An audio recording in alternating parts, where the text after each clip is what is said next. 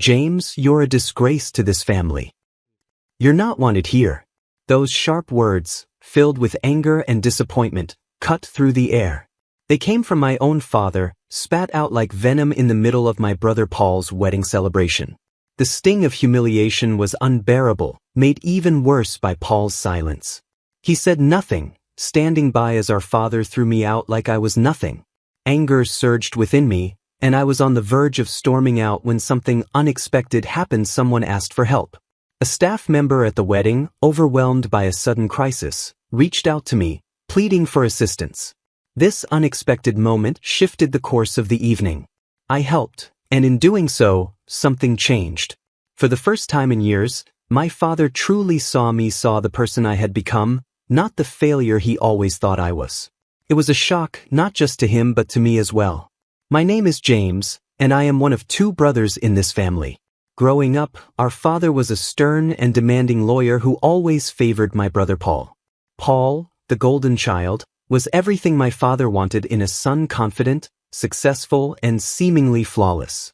As for me, I was always in Paul's shadow, never quite good enough. There was no time for play or leisure in our house. Every moment was dedicated to studying or lessons, and any joy I found was quickly crushed by my father's disapproval. Despite my relentless efforts to match Paul's achievements and win my father's approval, I constantly fell short. The final blow came when I failed the entrance exam for a prestigious school my father had his heart set on. The silence that followed from him was deafening. From that moment on, it felt as though I had disappeared in his eyes. His focus shifted entirely to Paul, leaving me behind, and even my mother's quiet support couldn't fill the growing emptiness. Determined to escape the suffocating environment at home, I made a difficult decision after high school. I left without saying a word to my father. I left only a note for my mother, telling her that I was going to make my own way. I found work at a hotel, where I could both live and earn a living. The hotel became my sanctuary, a place far removed from the expectations and judgments of my father. In the hustle and bustle of the guests and staff, I found a sense of freedom and fulfillment that I had never known at home. But the job wasn't easy. The hotel manager, Brian, was strict and demanding. Every mistake I made was met with sharp criticism, and as someone fresh out of high school, I made plenty of mistakes. "James, another error? How many times do I have to tell you?" he would say, pushing me to do better. But unlike my father's cutting remarks, Brian's feedback wasn't meant to tear me down. It was constructive, and when I earned his praise, it gave me a sense of pride and motivation that I had never experienced before. One moment in particular stands out: Los Angeles, the busiest time for the hotel. I had completed all my required training, and the pressure was at its peak. Everyone was rushing, tensions were high, but I was determined to prove myself. This was my chance to show that I was capable, not just to Brian, but to myself.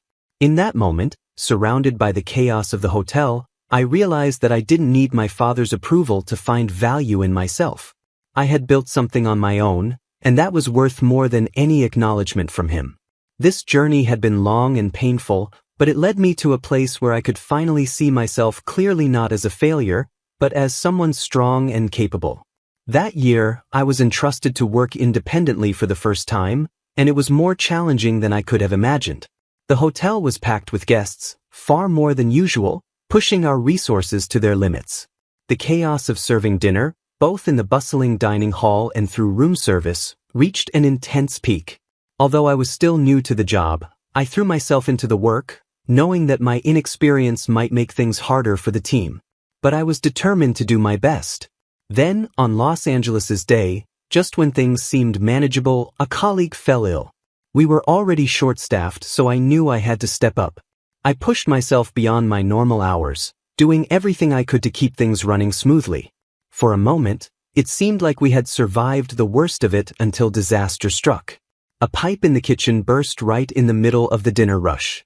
The kitchen flooded, and with no plumber available on Los Angeles's day, the situation quickly spiraled out of control. The stress was visible on Brian, the hotel manager's face, as he tried to keep everything together. In a moment of desperation, I stepped forward. "Brian, can I try fixing the plumbing?" "I think I can do it," I offered. He looked at me with doubt, but we had no other options.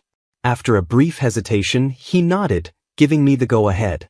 What no one knew was that my time in a science-focused high school had given me a basic understanding of plumbing. With this knowledge, I set to work. Half an hour later, the kitchen was back in order. The flood was gone, and the pipe was fixed. I turned to Brian, breathless, and said, "I've managed to fix it." He rushed over and turned the faucet, his face filled with anticipation. When water flowed smoothly from the tap, the room erupted in smiles and applause. "Great job, James. You're my pride and joy," Brian said warmly. His praise filled me with a sense of accomplishment unlike anything I had experienced before. Growing up with Brian's guidance at the hotel had been life-changing. Together, we had tackled the challenges of that chaotic Los Angeles' day and come out victorious.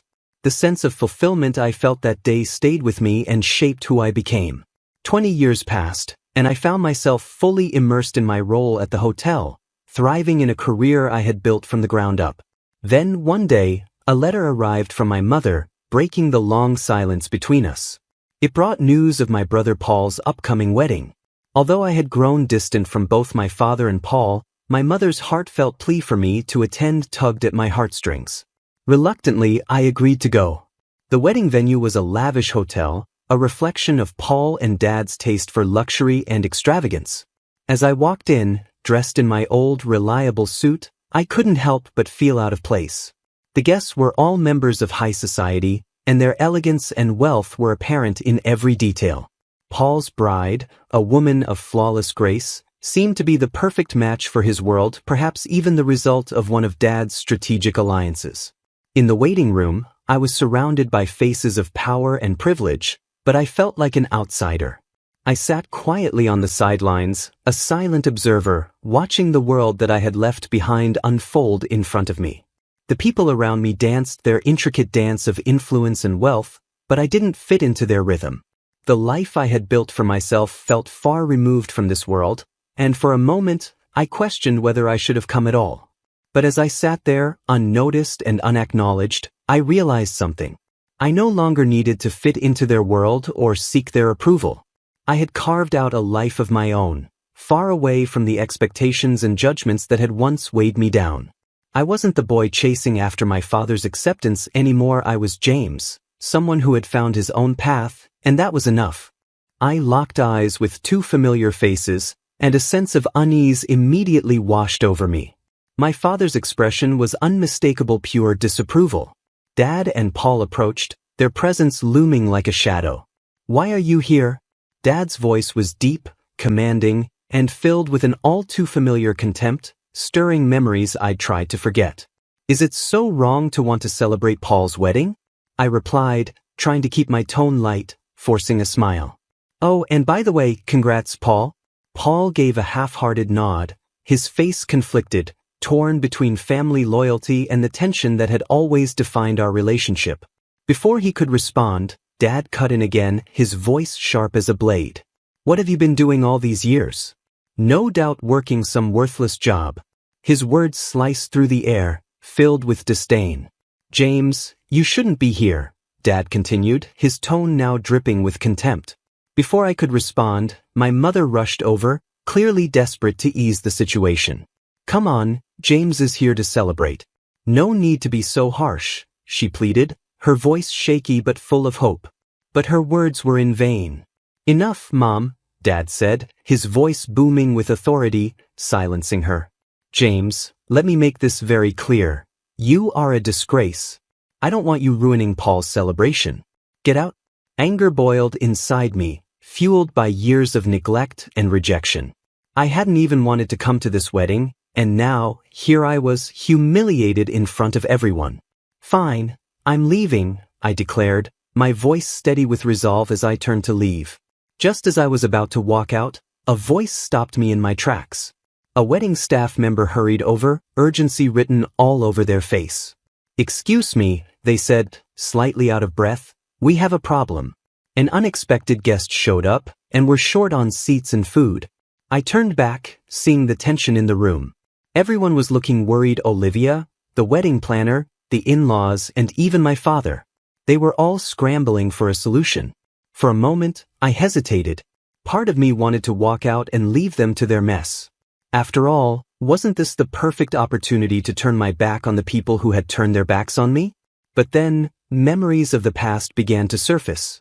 Despite everything, I remembered the times when Paul and I were kids. There were moments rare, but real when he would find time for me, when we would play together during study breaks, even when Dad's strict rules weighed on us both. Those memories softened my resolve, reminding me that, at least once upon a time, we were brothers, not just rivals. If I walked away now, I'd be no better than the man my father always accused me of being. With a sigh of determination, I turned back to the wedding staff. "Take me to Olivia," I said, my voice firmer now. The staff member's tense expression softened, relieved. I followed them back into the waiting room, reclaiming the space from which I had been so recently expelled. In the center of the room, Olivia, my father, and the bride's father stood with anxious faces, their concerns growing with every passing minute. As I approached, Olivia looked up, surprised but grateful to see me. "James, thank goodness.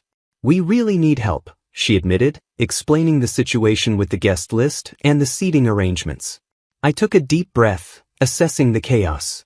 Despite everything that had happened, despite Dad's words and Paul's silence, I knew what I had to do. "All right, let's get to work," I said, stepping forward to take control of the situation. For the rest of the evening, I worked alongside Olivia and the other staff, making sure everything went smoothly. As the dinner unfolded without further issues, I couldn't help but notice the subtle glances from Dad and Paul. They didn't say a word, but their silence now felt different, almost as if, for once, they were seeing me in a new light. When the night finally came to an end, I stood at the edge of the reception, watching the happy couple share their first dance. I wasn't part of their world, but for the first time, I didn't feel like an outsider. I had proven to myself more than anyone else that I belonged, not because of their approval, but because I had forged my own way. As I quietly slipped away from the celebration, leaving before anyone could notice, I felt a sense of peace. This wasn't my world anymore, and that was okay. I had found my own place, and for me, that was enough. I approached, locking eyes with my father.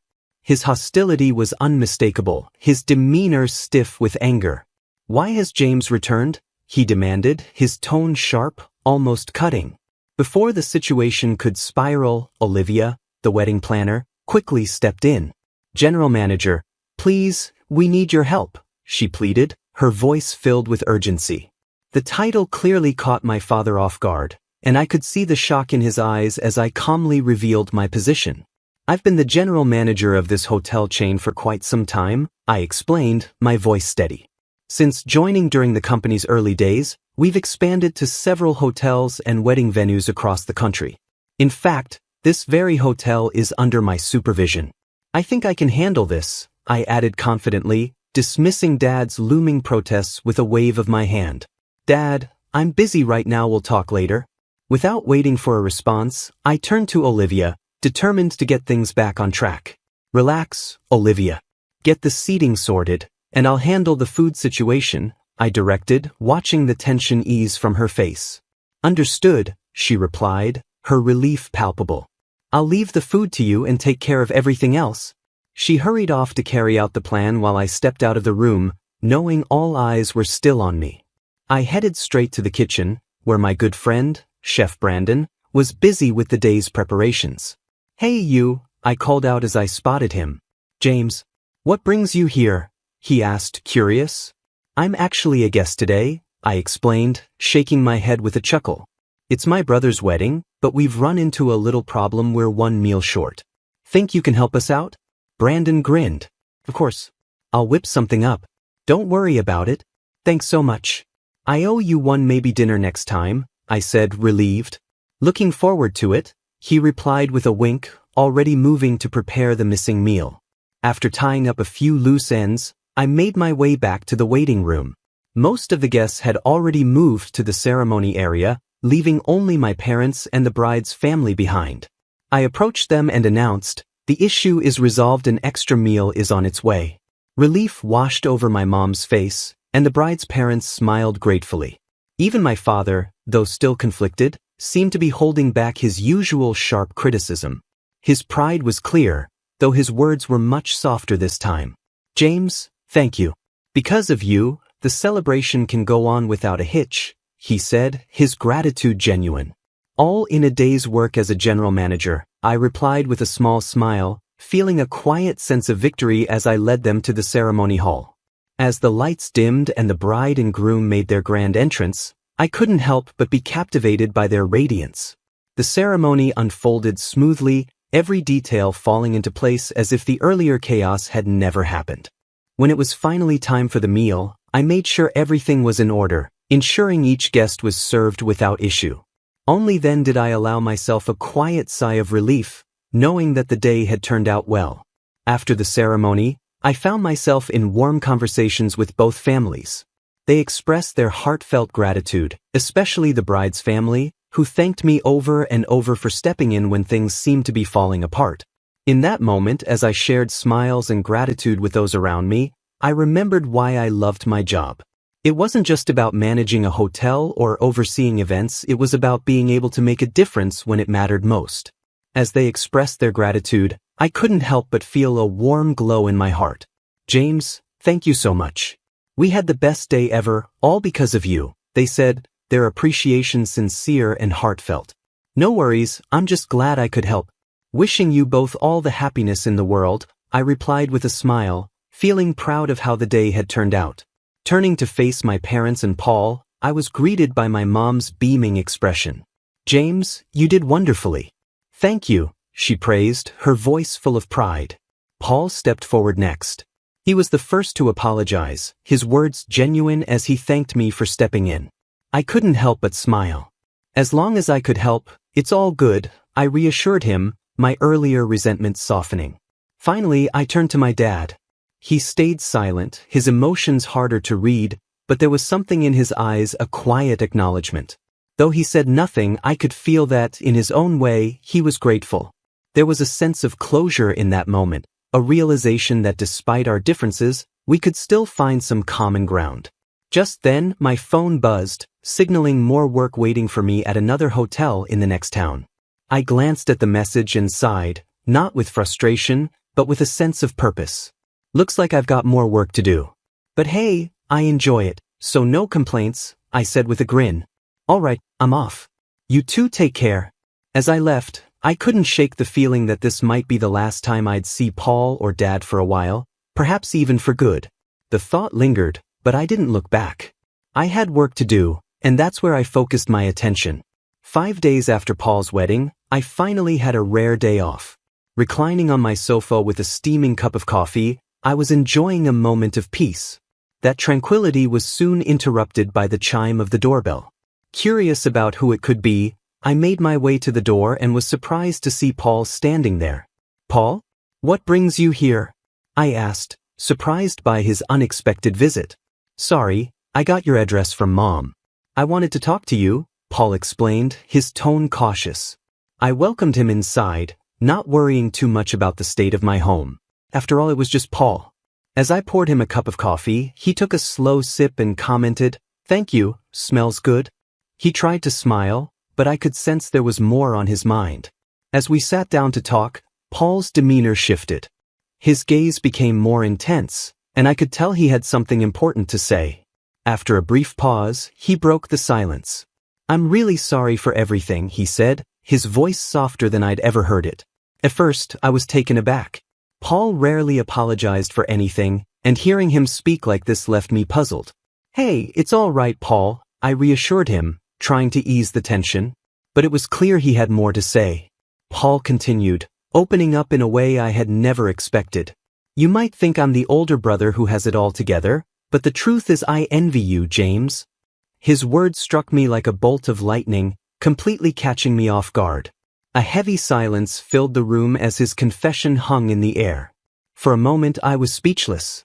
His admission shattered every preconceived notion I had about him. I always saw him as the golden child, the one who had everything I didn't. But here he was, sitting across from me, revealing a side of himself that I had never seen before. It was clear that beneath the surface, Paul had his own struggles. His vulnerability surprised me, leaving me unsure of how to respond at first. All I knew was that this was a turning point in our relationship, a moment that would redefine how I saw him and how we could move forward as brothers. In that moment, everything we'd been through, our rivalry, the distance between us, the unspoken tension seemed to fade away. We were just two brothers, finally understanding each other in a way we never had before. I never knew you felt that way, Paul, I admitted, feeling a bit guilty as I tried to process what he had just told me. That's the thing, it's not your fault, James, Paul reassured me, his weak smile showing how much emotion he was holding inside. At that moment, I felt a sense of understanding between us, bridging the gap that had been there for so long. Paul, I'm sorry I never realized you were struggling too, I confessed, feeling regret for not seeing it sooner. His smile, though faint, said more than words could. It's really not your fault, he repeated, his voice soft in the quiet room. We finally began talking about the things we'd never said before, and it made our bond stronger. I admire you for getting through things I can't even imagine, I told him honestly. But I also want to share my story with you. I could feel the weight of my words as I paused to gather my thoughts. Paul stayed quiet, listening closely, giving me the space to continue. Breaking away from our parents and becoming independent wasn't easy, I said. In the beginning it was really tough. As I spoke, I realized we both had faced our own battles. Yeah, we've both had our share of struggles, Paul agreed, his words sincere. He seemed like he had more to say, but I wasn't sure how to guide him or what advice to give. So, I just spoke from the heart. To be honest, Paul, I think you should do what you really want to do without worrying about Dad, I said, hoping it would help him find some clarity. Paul took in my words, and I could see a sense of relief wash over him. You're right, James. You've really helped clear my mind. Thank you, he said, his gratitude clear in his voice. No, thank you for coming over, I replied, meaning it. I walked him to the door, and before he left, he promised to come back for coffee soon. A month later, I received a letter from Paul.